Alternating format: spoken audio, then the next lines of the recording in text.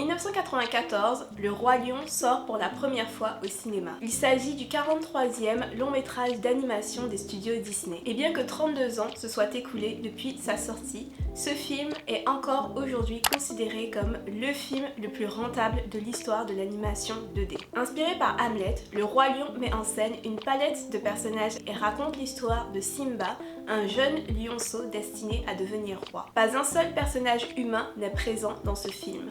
Il y a des lions, il y a des singes, il y a des mangoustes et des hyènes qui parlent, mais pas un seul être humain. L'histoire se déroule également sur la Terre des Lions, une contrée fictive située quelque part sur le continent africain, et les personnages ont des quotidiens assez éloignés de celui de la plupart des êtres humains.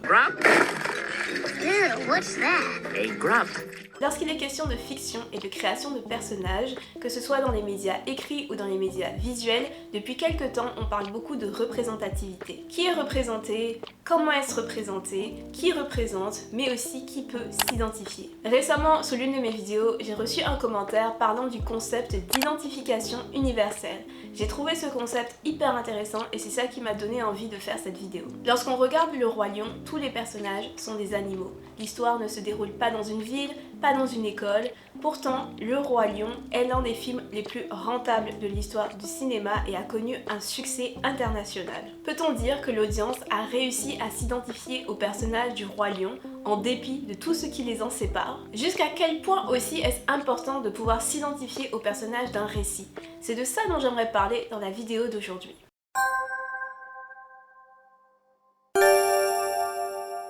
Bonjour à tous, j'espère que vous allez bien. On se retrouve aujourd'hui pour la première vidéo réflexion officielle de la chaîne. Comme je l'ai expliqué rapidement en intro, aujourd'hui j'aimerais parler du concept d'identification.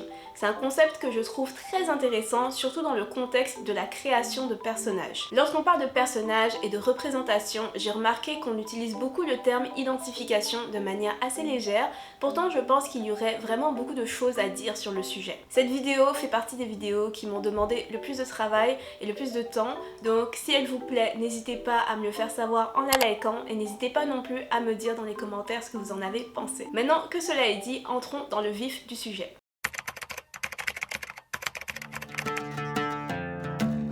Lorsqu'on parle d'identification, à quoi exactement fait-on référence? Le dictionnaire Larousse définit le terme identification ainsi: action d'identifier, d'établir l'identité de quelqu'un.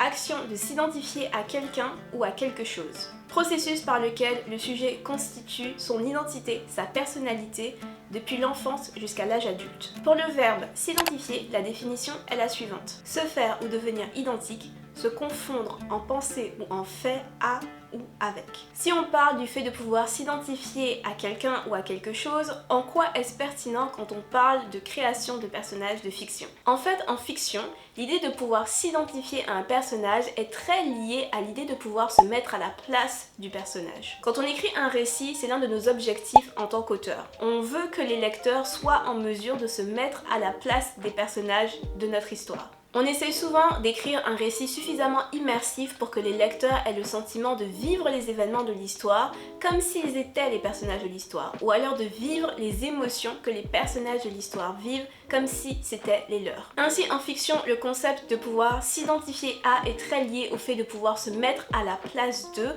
au fait de pouvoir éprouver de l'empathie pour. Mais qu'est-ce qui peut bien aider un lecteur à s'identifier et à se mettre à la place d'un personnage? Qu'est-ce qui crée en fait l'identification? Ça, c'est une question que je me suis très souvent posée lorsque j'ai commencé à écrire des romans.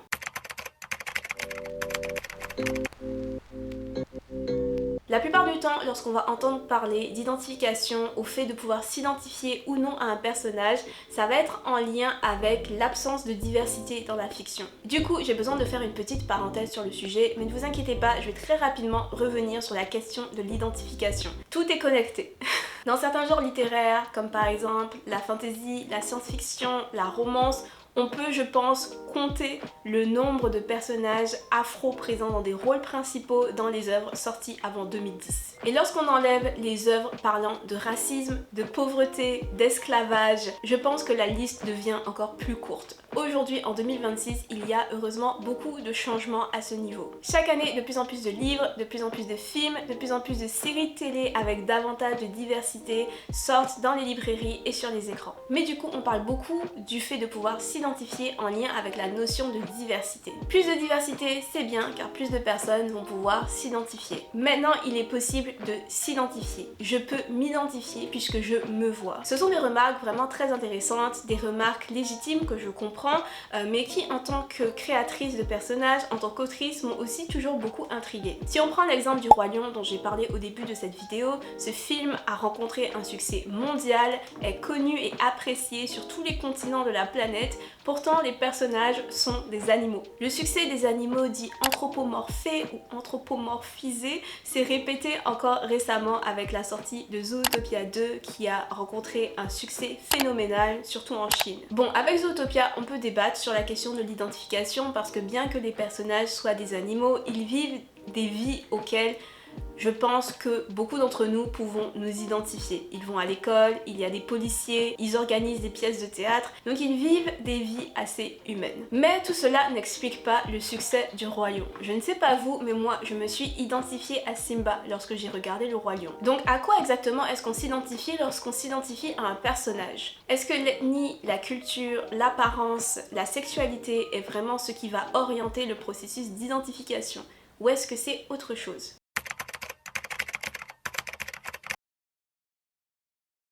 Dans le Roi Lion, le père de Simba est assassiné par son frère Scar qui convoite le trône. Cette histoire, en plus de faire référence à Hamlet de William Shakespeare, fait également référence à de nombreux récits et mythes fondateurs de l'humanité. Le mythe de Cain et Abel par exemple, deux frères rivaux, l'un finissant par tuer l'autre, que l'on retrouve sous différentes formes dans de nombreuses cultures à travers le monde. On retrouve en fait dans le Roi Lion de nombreux archétypes présents partout à travers le monde dans différents mythes, récits, contes, etc. La figure du père, la figure du roi, la figure du fils, la figure du frère, la figure des alliés marginaux. Le Roi Lion est également un récit circulaire calqué sur la structure du voyage du héros tel que défini par Joseph Campbell. Il s'agit d'une structure narrative extrêmement courante. Je tiens ici à préciser que la structure du voyage du héros de Joseph Campbell, aussi connue sous l'appellation monomythe, est très critiquée par les gens qui étudient les mythes et pour de très bonnes raisons. La chose à retenir ici, je pense, est que dans le contexte de la narratologie et donc de la création d'histoires, la structure du voyage du héros est une structure qui a plusieurs fois fait ses preuves. Dans The Writer's Journey, Christopher Vogler aborde la question des archétypes et s'interroge sur les raisons pouvant expliquer pourquoi certains archétypes résonnent autant chez le public. Il décrit les archétypes comme étant la représentation de plusieurs symboles et qualités humaines. En effet, selon Vogler, toutes les histoires seraient une sorte de reflet de la grande histoire de la condition humaine qui se résume à naître, à grandir, à apprendre, à surmonter la difficulté de devenir un individu en bonne et due forme et enfin à mourir. Toutes les histoires pourraient être lues comme une sorte de métaphore de la grande histoire de la condition humaine. Et les archétypes serviraient à souligner les différentes étapes de ce récit. Cela expliquerait pourquoi certains archétypes résonnent autant en nous. On n'a pas besoin de les connaître pour les comprendre parce qu'ils représentent des aspects de la grande histoire que nous vivons tous, celle de naître, de vivre et de mourir. Que Simba soit un lion, un singe, un être humain, tout ça importe peu. Ce qui importe vraiment, c'est qu'il est un fils, il est un prince, son père a été assassiné et il a des responsabilités qu'il ne peut pas ignorer en tant qu'héritier légitime de la couronne. En toute honnêteté, je pense qu'il est possible pour un être humain de s'identifier à absolument n'importe qui et n'importe quoi, puisque nous avons la capacité d'anthropomorpher absolument n'importe quoi et de projeter certains archétypes sur absolument n'importe quoi. On peut ressentir de l'empathie pour un chat, on peut ressentir de l'empathie pour un chien, pour une araignée, pour un trombone, et si en plus on place cet animal ou cet objet dans une situation que l'on a déjà vécue ou dans une situation que l'on peut facilement s'imaginer vivre, je pense que ça renforce encore plus le processus d'identification. On comprend bien les histoires de vengeance parce qu'on a tous déjà vécu une injustice à petite ou à grande échelle. On comprend les personnages partant à la poursuite de leurs rêves parce qu'on a déjà tous eu des rêves et des aspirations. On comprend le fait d'être amoureux, on comprend le fait d'être rejeté, on comprend le fait de perdre ou d'être séparé d'un être cher, parce que tout ça, ce sont des situations qui font intrinsèquement partie de l'expérience humaine, quelle que soit notre culture, quelle que soit notre origine. Ainsi, lorsqu'on est auteur, je ne pense pas qu'on ait besoin de s'inquiéter que des lecteurs puissent ne pas s'identifier à nos personnages parce qu'ils ne leur ressemblent pas physiquement ou parce qu'ils n'auraient pas exactement la même expérience de vie. Si un personnage éprouve des émotions humaines, si un personnage vit des situations intrinsèques à une existence humaine, et si l'arc du personnage est bien écrit, bien évidemment, l'identification devrait se faire de manière assez naturelle. Et même s'il n'y a pas d'identification, l'empathie, ou du moins la compréhension, devrait naturellement émerger du cœur des lecteurs. Ou pas.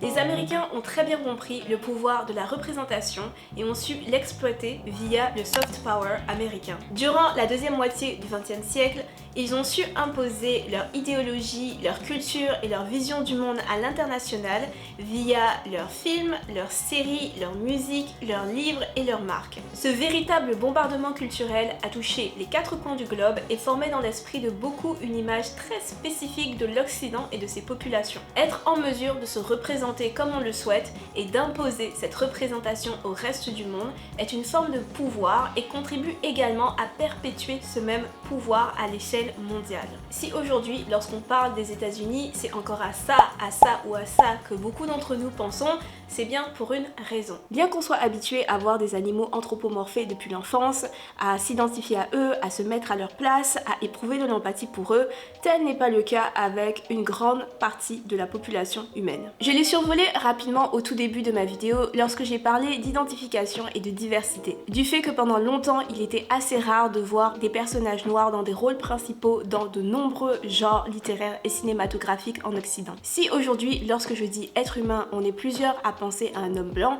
c'est parce que depuis l'enfance, on nous a habitués à voir le genre masculin et la couleur de peau blanche comme étant l'état neutre de l'être humain. La couleur de peau noire, le genre féminin, tout ça serait des marqueurs de différence nous éloignant de la norme. On est habitué à éprouver de l'empathie, à imaginer, à humaniser et à s'identifier à seulement un certain type de personnage. Face aux fameux marqueurs de différence dont j'ai parlé un petit peu plus tôt, une forme de rejet peut parfois opérer tout simplement parce qu'on n'est pas habitué à s'identifier à se mettre à la place d'eux, à éprouver de l'empathie pour et même à humaniser certains êtres humains dans la fiction. D'où la grande importance de la représentation et de la diversité dans la fiction.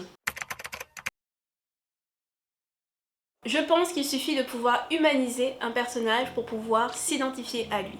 Et je pense donc que notre rôle en tant qu'auteur, c'est de pouvoir écrire des personnages que les lecteurs vont être en mesure d'humaniser. Donc on a juste besoin d'écrire un personnage réaliste qui vit des émotions logiques en fonction de ses circonstances. Néanmoins, je pense qu'il est important de ne pas oublier qu'on s'est habitué à s'identifier uniquement à certains types de personnages et à humaniser seulement certains types de personnes. Je pense qu'on est nombreux à nous être déjà retrouvés dans une situation telle que celle-ci en tant que lecteur et ou auteur afro. Une situation dans laquelle on recommande un livre d'afro-fantasy, d'afro-futurisme, juste un livre avec des personnages afro sur la couverture, à un autre lecteur, à une personne qu'on connaît, une connaissance, voire à quelqu'un qu'on ne connaît pas, pour être confronté à une réaction de rejet, la personne qui grimace un petit peu en regardant la couverture et qui nous dit « Ah, je lis pas vraiment ce genre de livre » sans vraiment savoir de quoi l'histoire peut bien parler. Je pense que ce rejet est lié à un manque d'habitude. On intériorise beaucoup ce que l'on voit et lorsqu'on voit tout le temps les mêmes images, lorsqu'on est habitué à s'identifier tout le temps au même type de personnage, ça devient plus difficile pour nous de faire face à quelque chose de différent. Selon moi, la seule solution à ça, c'est de changer des habitudes. Et la seule manière de changer des habitudes, c'est de s'exposer à davantage de diversité. C'est d'exposer le public à davantage de diversité, que ce soit dans les médias écrits, dans les médias visuels, etc. On peut se sentir distant par rapport à des expériences de vie qu'on ne partage pas, par rapport à une culture qu'on ne connaît pas, mais ne pas pouvoir comprendre, ne pas vouloir comprendre, ne pas être en mesure d'empathiser ou de s'identifier à un autre être humain à cause de ces éléments, je pense que cela devrait nous emmener à quelques introspections. Et nous voilà arrivés à la fin de cette vidéo, j'espère vraiment qu'elle vous aura plu. Sachez que j'ai un peu hésité à la sortir. J'avais un peu peur d'enfoncer des portes ouvertes avec cette vidéo et aussi c'est une vidéo, un format assez différent de ce que je fais habituellement, mais j'ai reçu plusieurs fois sur cette chaîne des commentaires parlant donc du concept d'identification dans le cadre de la création de personnages et à chaque fois ça m'a beaucoup intriguée. J'avais depuis longtemps beaucoup de choses à dire sur le sujet, du coup je me suis dit pourquoi ne pas faire une vidéo vraiment pour rentrer en profondeur et pour vous dire vraiment ce que je pense en fait de la question de l'identification. Donc j'espère vraiment que cette vidéo vous aura plu. N'hésitez pas à la liker si vous l'avez aimé. Si vous avez aimé aussi ce format, n'hésitez pas à me le dire dans les commentaires et n'hésitez pas à me partager vos réflexions donc sur la question de l'identification et ce que vous pensez en fait sur le sujet. On se retrouve très vite pour une prochaine vidéo. Portez-vous bien tout le monde et à bientôt. Bye.